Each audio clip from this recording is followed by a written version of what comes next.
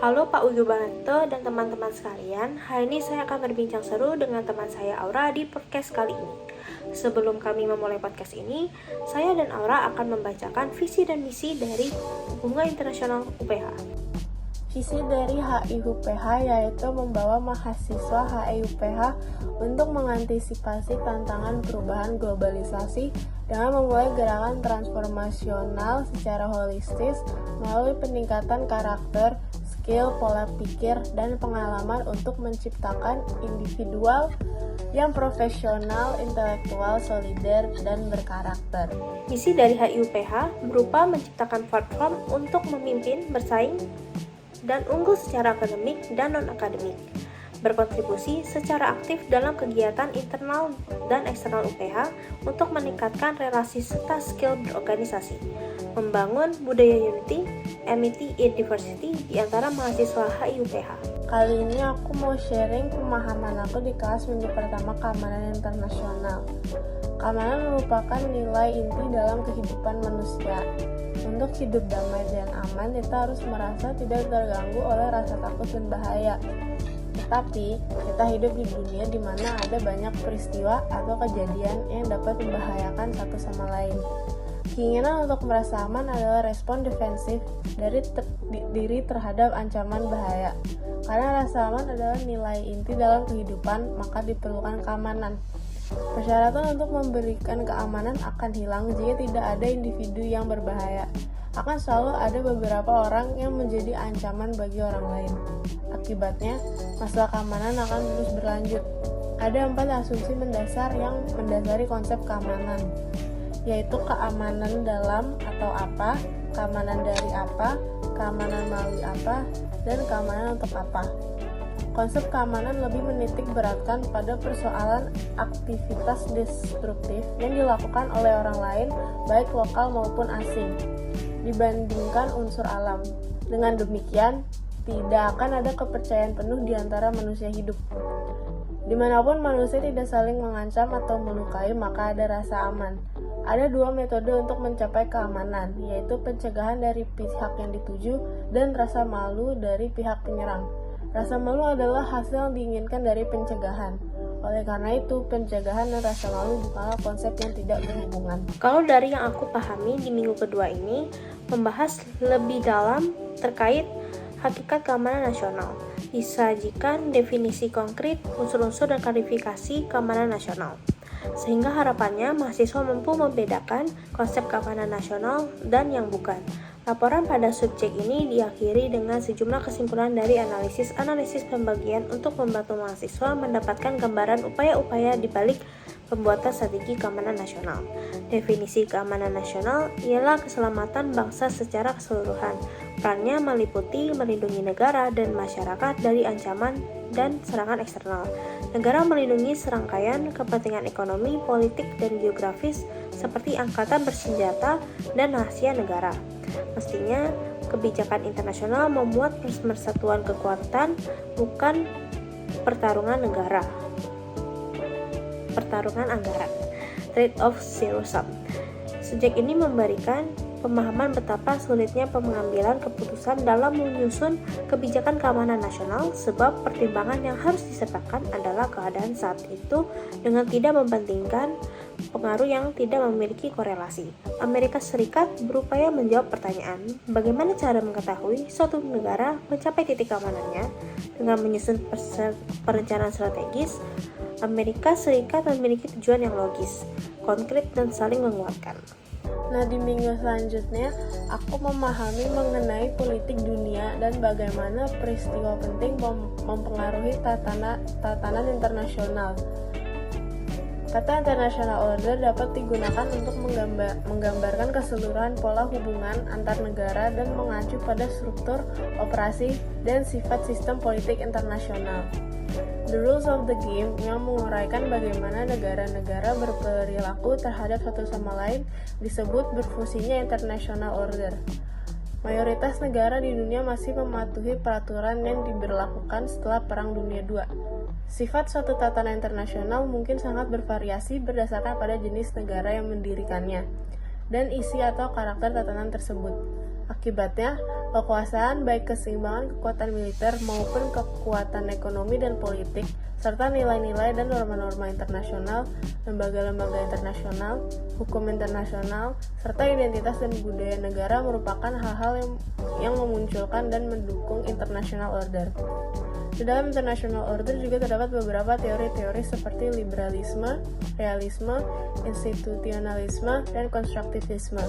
Selain itu, aktor non-negara besar seperti teroris transnasional, jaringan kriminal internasional, perusahaan multinasional, organisasi non-pemerintah, dan gerakan HAM dan lingkungan hidup transnasional semakin berkembang dan semakin memengaruhi tatanan internasional dengan cara yang baik maupun buruk.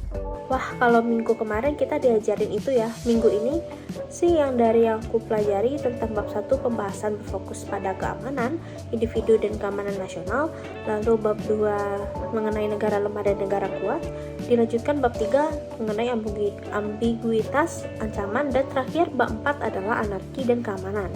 Seluruh pembahasan dikemas dengan tema besar masalah keamanan nasional dalam hubungan internasional dalam buku Orang, Negara, dan Ketakutan.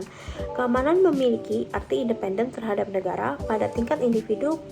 Keamanan individu dipengaruhi baik secara positif ataupun negatif oleh negara, dan alasan ketidakharmonisan antara keamanan individu dan nasional merupakan kontradiksi permanen dan upaya individu untuk mendapatkan keamanan memiliki beragam pengaruh terhadap keamanan nasional, masalah atau stimulus.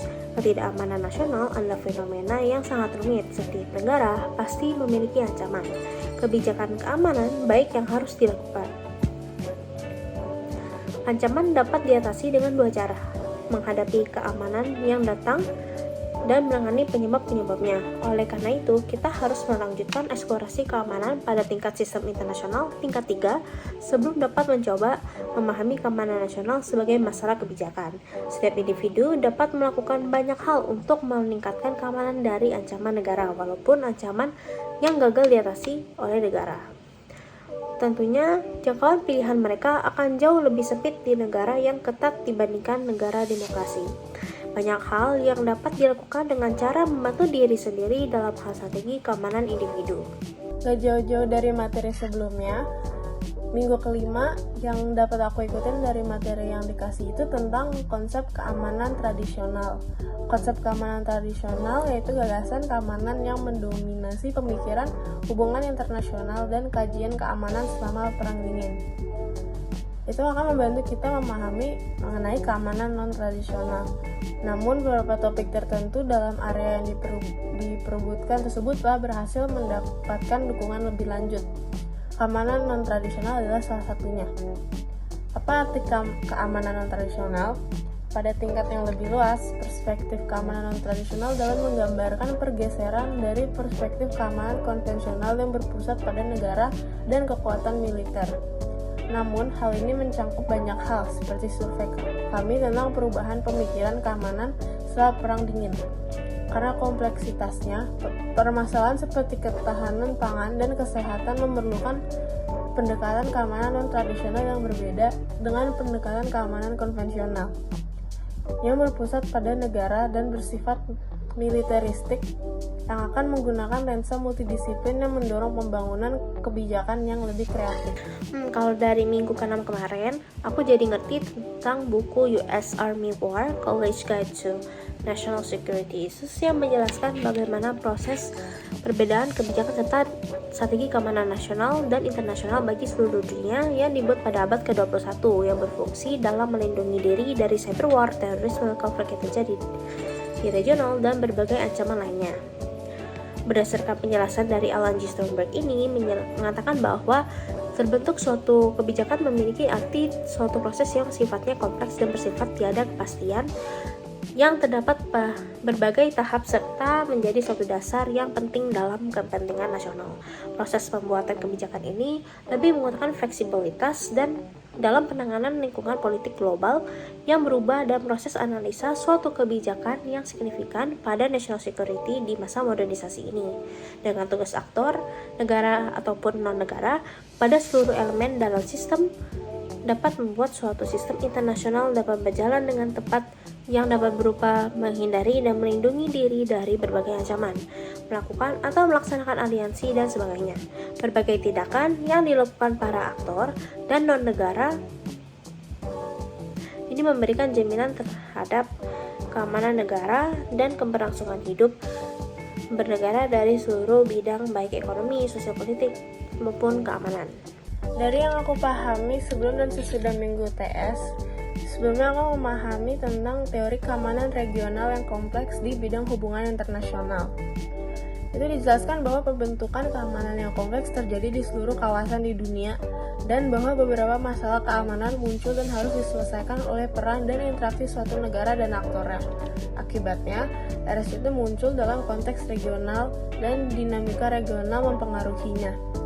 Neorealis, globalis, dan regionalis adalah tiga pendirian teoretis utama mengenai struktur keamanan internasional pasca Perang Dingin. Teori kompleks keamanan regional atau RSCT memungkinkan untuk memahami struktur baru ini dan menilai dinamika kekuasaan relatif dan saling ketergantungan antara proses regionalisasi dan globalisasi. RSCT membedakan antara interaksi di tingkat sistem antara kekuatan global yang kemampuan mereka memungkinkan mereka untuk melampaui jarak dan interaksi di tingkat subsistem antara kekuatan yang lebih kecil yang lingkungan keamanan utamanya adalah wilayah lokal mereka. Metode materialis dan konstruktivis digabungkan dalam RSCT.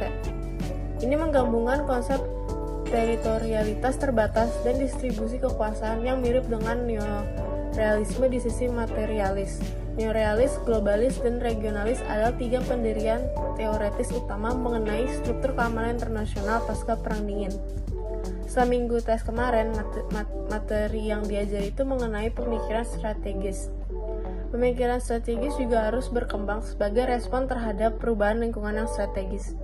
Setiap dilema strategis itu berbeda, masing-masing memerlukan pemeriksaan masalah secara menyeluruh, rinci, dan perseptif.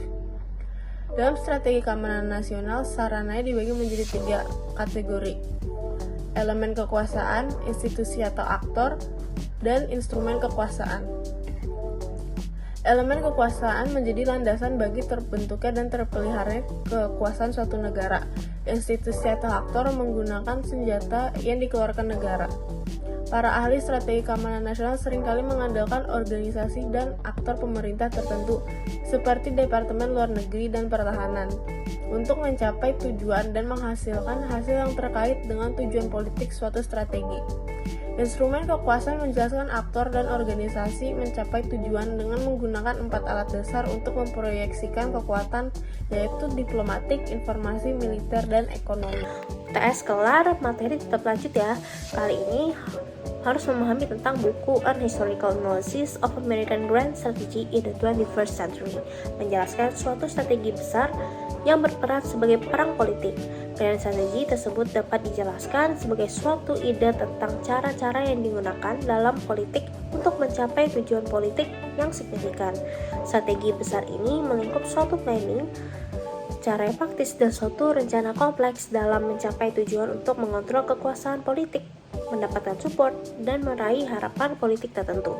Dalam merencanakan strategi besar ini dapat melingkupi suatu mekanisme rencana yang teliti dan terorganisir untuk jangka panjang. Dalam halnya, menciptakan suatu strategi besar ini merupakan kewajiban yang sulit dan memerlukan koordinasi antar organisasi, pemikiran jangka panjang, dan pemahaman yang luas mengenai dinamika politik dan global security, dan juga mementingkan urusan nasional dari suatu negara tersebut. Strategi besar hanya akan berhasil jika dapat berkembang dan mengikuti kondisi perubahan yang terjadi dalam situasi perpolitikan baik domestik ataupun global. Dalam memahami garis strategi ini, dapat diartikan bahwa strategi ini merupakan suatu strategi yang luas yang digunakan oleh sebuah negara untuk mengharapkan harapan dan tujuan dari politik, beserta dengan security dari politik dan negara tersebut. Strategi ini mengikutsertakan penilaian terhadap situasi negara, penentuan long-term goals, penggunaan alat kekuasaan yang terpilih, planning terhadap suatu gerakan atau kegiatan, kesepakatan secara nasional, dan pelaksanaan strategi yang berkesinambungan. Keberhasilan strategi besar atau grand strategy ini pada suatu negara bergantung pada konsistensi dan kemampuan dalam menyesuaikan diri dengan perubahan yang terjadi. Di minggu ke-11 ini juga dijelasin sama Pak Wiba tentang bagi banyak orang, keamanan mewakili keselamatan dari bahaya penyakit, kelaparan, pengangguran, kriminalitas, kerusuhan sosial, penganiayaan politik, dan ancaman lingkungan. Perasaan tidak nyaman yang dirasakan sebagian besar orang lebih disebabkan oleh kekhawatiran terhadap kehidupan sehari-hari dibandingkan kekuatan terhadap bencana global. 4 elemen mendasar dari keamanan manusia harus ditekankan dalam setiap pemahaman dasar konsep ini. Keamanan manusia merupakan perhatian universal, komponen-komponen keamanan manusia saling bergantung, keamanan manusia lebih mudah dipastikan melalui pencegahan dini dibandingkan intervensi di kemudian hari, dan keamanan manusia berpusat pada masyarakat. Keamanan manusia dalam skala global tidak lagi memerlukan pertahanan yang dibangun dengan cermat terhadap kemungkinan terjadinya bencana nuklir, yang kemungkinannya jauh lebih kecil sejak berakhirnya Perang Dingin. Sebaliknya, hal ini mencakup respon terhadap bahaya kemiskinan global yang diwujudkan secara internasional dalam bentuk penggunaan narkoba, HIV atau AIDS, terorisme, imigrasi ilegal, dan perubahan iklim. Selain itu, militer juga berperan penting di negara-negara berkembang.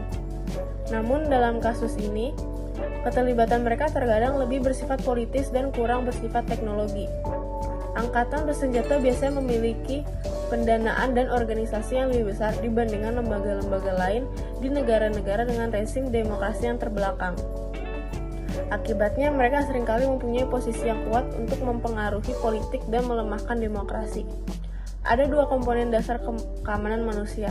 Pertama dan terpenting, ini mengacu pada perlindungan dari bahaya yang berkepanjangan seperti kelaparan, penyakit, dan penindasan. Kedua, hal ini mengacu pada perlindungan terhadap gangguan mendadak dan berbahaya dalam rutinitas sehari-hari yang mencakup rumah, tempat kerja, dan komunitas. Pada semua tingkat pendapatan dan pembangunan nasional, risiko-risiko tersebut mungkin terjadi. Ya tuh, di minggu selanjutnya, Pak Wiba juga cerita tentang Homeland Security pada sumber buku minggu ini nih, Homeland Security, A Complete Guide to Understanding, Preventing, dan Surviving Terrorism. Terdapat definisi Homeland Security menurut pemerintah Amerika Serikat, tujuan dari keamanan dalam negeri tersebut, dan peran tanggung jawab dari Homeland Security itu. Menurut pemerintah Amerika Serikat, menyatakan bahwa Homeland Security atau keamanan dalam negeri merupakan upaya domestik yang dimana mereka membela Amerika Serikat dari tindakan teroris. Secara umum, keamanan dalam negeri ini merupakan berbagai bentuk usaha yang dilakukan oleh suatu negara dalam memberikan perlindungan dan menjaga keselamatan masyarakat dari berbagai bentuk bahaya yang terdapat berupa teroris, kejahatan transnasional, berbagai ancaman lainnya yang dapat membawa kerugian dari Homeland Security ini. Homeland Security memiliki tujuan strategi nasional, yaitu memberikan pencegahan terhadap tindakan teroris dengan meningkatkan intelijensi dan peringatan terhadap tindakan teroris tersebut, mengurangi kerentangan dengan melindungi critical infrastructure, serta meminimalisir kerusakan dan pemulihan dari serangan yang dengan tujuan meningkatkan kemampuan suatu negara dalam merespon ancaman yang ada. Masyarakat Amerika Serikat memiliki tanggung jawab dengan meraih tujuan Homeland Security ini, yang dimana semua kalangan pekerja di Amerika Serikat memberikan partisipasi mereka dalam melindungi negaranya dari tindakan teroris tersebut. Masyarakat Amerika Serikat melindungi apa yang menjadi critical infrastructure yang berupa sistem dan aset yang sangat penting untuk negaranya. Memahami permasalahan suatu negara merupakan kewajiban dari warga negara dalam membela keamanan dan kebebasan sipil. Homeland Defense dapat berupa upaya militer suatu negara dalam melawan ancaman bahaya dari teroris yang menjaga fisik negaranya, yang berbeda dengan national security yang menjaga keamanan secara nasional ataupun global. Dari materi yang dikasih di minggu ini, yang aku pahami itu tentang pengaruh dari free and active, atau dikenal dengan artian bebas dan aktif, yang merupakan prinsip politik luar negeri terhadap strategi pertahanan negara Republik Indonesia. Dalam mengenal topik ini, tentunya mengetahui kepentingan keamanan nasional. Prinsip bebas dan aktif, pola pikir strategi pertahanan, serta strategi pertahanan Indonesia yang lebih maju. dalam menjelaskan Indonesia pada kompetisi global, yaitu dengan peran Global North dan Global South yang menggunakan komparasi provinsi di luar dan di dalam Papua. Berdasarkan pemahaman ekonomi, sosial, dan politik, Global North memiliki keunggulan negara dari berbagai potensi yang lebih layak dibandingkan Global South, seperti halnya hanya diketahui 5% masyarakat mempunyai kebutuhan dasar yang pantas atau layak pada Global South. Strategi pertahanan nasional dapat diartikan sebagai kepentingan dan tujuan nasional yang digunakan untuk mengembangkan serta menggunakan kekuatan militer untuk melindungi kepentingan keamanan nasional yang menggunakan pandangan presiden dengan pendekatan terhadap Kementerian Pertahanan.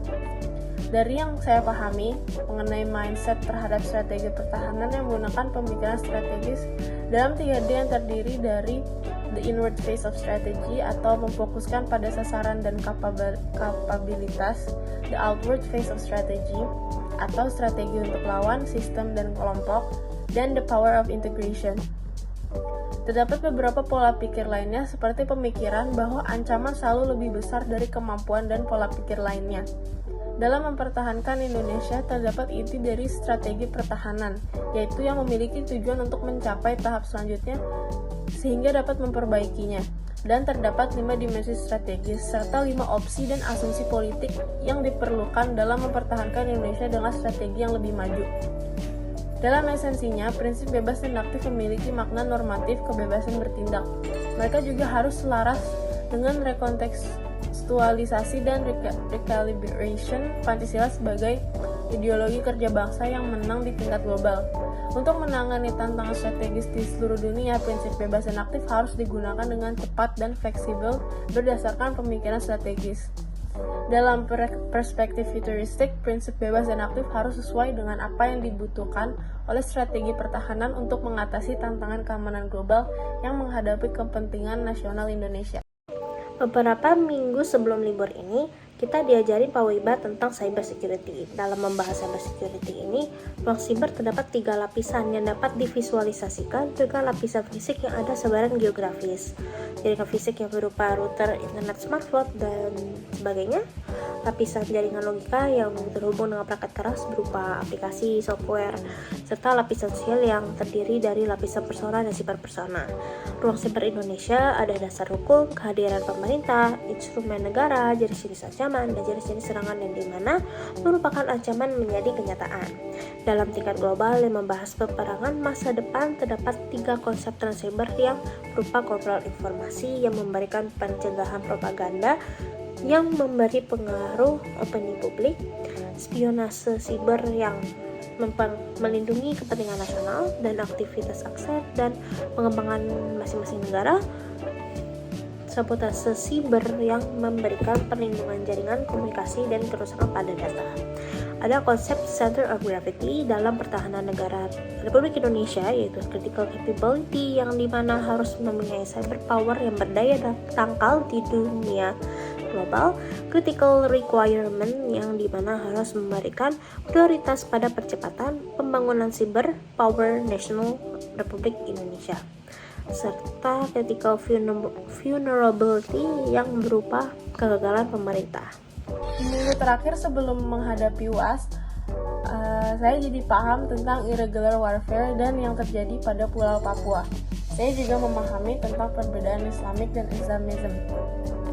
Berbagai jenis terorisme dapat dijelaskan menjadi 3 yang memiliki sifat yang berbeda, dan saya mempelajari social network serta ancaman lainnya.